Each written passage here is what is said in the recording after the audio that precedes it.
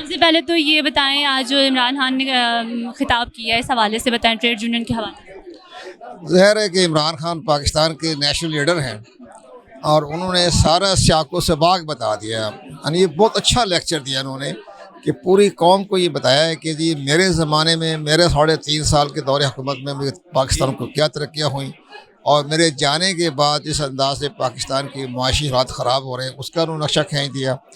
اور لیکن بہرحال ایک سیاسی تقریر بھی تھی اور ایک بڑے انفارمیٹیو تقریر بھی تھی، اور لیکن اس کے جو اثرات پیدا پاکستان کی جو معیشت ہے وہ دن بدن کمزور ہوتی جا رہی ہے۔ پہلے جو ہے وہ اسحاق ڈار آتے ساتھ ہی ان کے جو ہے وہ ڈالر نیچے چلا گیا، تو ایسا کیا کارنامہ تھا ان کا کہ مفتاح اسماعیل وہ نہیں کر سکے جو اسحاق ڈار نے کر دیا؟ نہیں، دیکھو عمران خان کی جو تقریر تھی یہ سیاسی تقریر تھی، ٹھیک ہے جی۔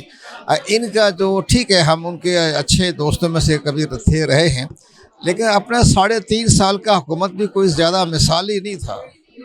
اگر یہ حکومت نہ جاتی، اگر یہ حکومت تبدیل نہ کی جاتی تو عمران خان کا جو 1.5 سال جب مکمل ہو جاتا تو انہیں پورے پاکستان میں تو ان کو کوئی ٹکٹ لینے والا کوئی نہ ملتا۔ اس قدر شدید عوام میں ان کے بارے میں تحفظات تھے، لیکن چونکہ گورنمنٹ ختم کر دی گئی اور گورنمنٹ ختم کرنے کا جو ہوا اس سے لوگوں کو فائدہ نہیں پہنچا، مہنگائی جو تھی اس ڈبل سے زیادہ بڑھ گئی، اس سے عمران خان کو فائدہ پہنچا۔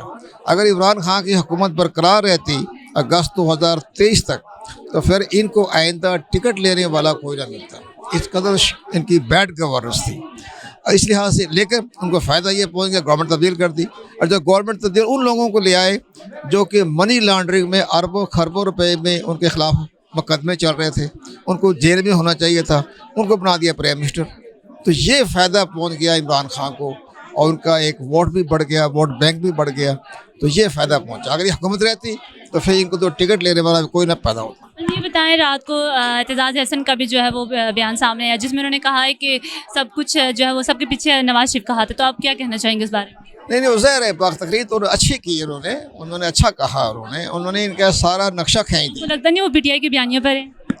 پی ٹی آئی کو آئندہ تو ان کے 2/3 میجارٹی مل جائے گی، آئندہ تو ان کی مقبولیت بڑھ جائے گی، کیوں اس بڑھ گئی ہے، اور آئندہ تو الیکشن ہوں گے تو ان کو 2/3 میجارٹی کا جو ان کا خیال ہے تو ان میں کامیابی مل جائے گی ان کو۔ یہ تو پبلک ان کے ساتھ کھڑی ہے۔